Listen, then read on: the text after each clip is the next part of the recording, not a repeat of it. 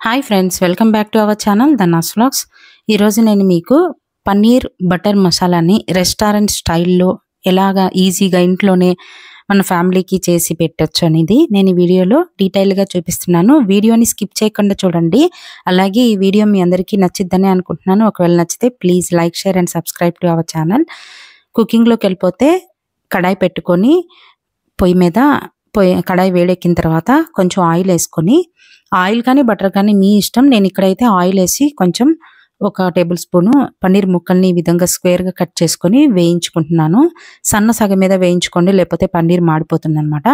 ఈ వేయించే క్రమంలోనే కొద్దిగా పసుపు, కొద్దిగా కారం చిలకరించి వేయించామంటే మంచిగా కారం అనేది ఈ పన్నీర్కి పట్టుకొని మంచిగా టేస్టీగా ఉంటుందన్నమాట వండిన తర్వాత. సో ఇలాగా వేయించిన తర్వాత లైట్గా పక్కన పెట్టేసుకోండి ఒక బౌల్లో.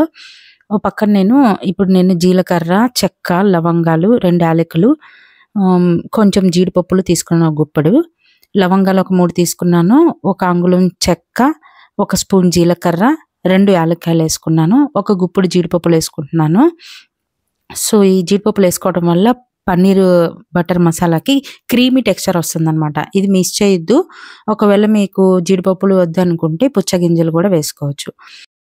అలాగే 2 మీడియం ఉల్లిపాయలని రఫ్గా కట్ చేసి వేసుకోండి. చిన్నగా కట్ చేసుకున్న పచ్చిమిర్చిని, కొంచెం కరివేపాకు, కొద్దిగా కొత్తిమీర, కొద్దిగా పుదీనాకు కూడా వేసుకొని ఈ విధంగా వేయించుకోవాలి. త్వరగా వేగాలంటే కొంచెం ఉప్పు వేసుకొని వేయించుకోండి. సో మీడియం ఫ్లేమ్లో వేయించుకోండి. ఒక 5 నిమిషాలకి మంచిగా మగ్గిపోతుంది. సో సిమ్లో పెట్టేసి మూత పెట్టారంటే ఒక 5 నిమిషాల్లో మంచిగా మగ్గిపోతుంది అనమాట. చూసారా, చక్కగా మగ్గిపోయింది. ఇందులో 1 కప్పుడు టమాటాలు, అంటే ఒక 3 మీడియం సైజు టమాటాలని ముక్కలుగా రఫ్గా కట్ చేసి వేసుకున్నాను. సో ఇందులోనే నేను కొంచెం పసుపు వేసుకొని కొద్దిగా అల్లం వెల్లుల్లిపాయ పేస్ట్ వేసుకుంటున్నాను. అంటే ఒక 1/2 స్పూన్ వేసుకుంటున్నాను. ఇది 4గురికి ఈజీగా సరిపోతుంది ఫ్రెండ్స్. సో చూసుకొని మెజర్మెంట్ దాన్ని బట్టి మీరు స్పైసెస్ అడ్జస్ట్ చేసుకోండి. ఇవి మంచిగా వేగిపోవాలి. సో మూత పెట్టేసి ఒక 5 నిమిషాలు మగ్గ పెట్టారంటే టమాటాలు అన్నీ కూడా మంచిగా మజ్జైపోయి సాఫ్ట్గా అయిపోవాలి. సో అప్పుడు స్టవ్ ఆఫ్ చేసి వీటిని చల్లార్చుకోవాలన్నమాట. సో ప్లేట్లో పెట్టేస్తే తొందరగా చల్లారుతాయి. ఆరిన దాన్ని ఈ మిక్సీ గ్రైండర్లో చక్కగా పేస్ట్ చేసేసుకోండి. కావాలనిపిస్తే కొంచెం వామ్ వాటర్, గోరువెచ్చని నీళ్ళు వేసుకొని పేస్ట్ చేసుకోవాలి. మళ్ళీ కళాయిలో నేను ఇక్కడ 1 టేబుల్ స్పూన్ బటర్ వేసుకున్నాను. కావాలంటే మీరు 2 టేబుల్ స్పూన్ బటర్ వేసుకోవచ్చు. నేను 1 table spoon butter, 1 table spoon oil వేసుకున్నాను. ఇందులో మనం గ్రైండ్ చేసి పెట్టుకున్న ఈ మసాలా పేస్ట్ని వేసుకొని సిమ్లో పెట్టుకొని మంచిగా వేయించేసుకుంటున్నాను. సో ఒక 2 నిమిషాలు ఈ విధంగా వేయించుకోండి తిప్పుతూ, అడుగంటకుండా.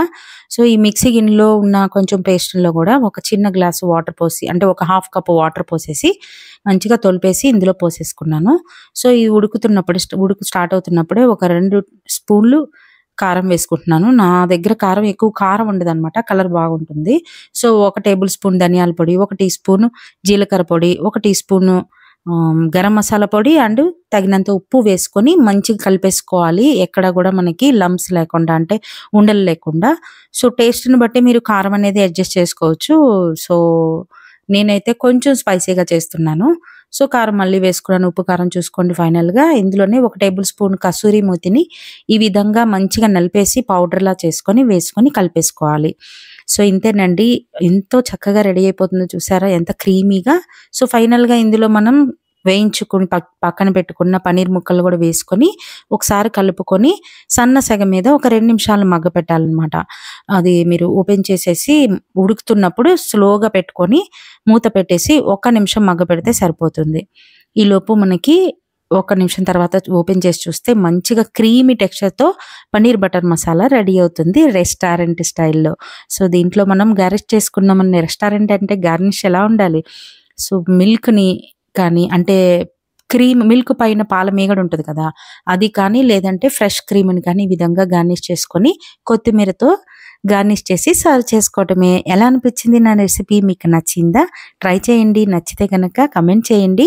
ఇంకొకరికి కూడా షేర్ చేయండి. ఎవరికైనా మీ ఫ్రెండ్స్ అండ్ ఫ్యామిలీ మెంబర్స్కి, వాళ్ళకి కూడా యూజ్ అవుతుంది. సో వీడియోని లైక్ చేసి సబ్స్క్రైబ్ చేసినందుకు చాలా థ్యాంక్స్ అండి.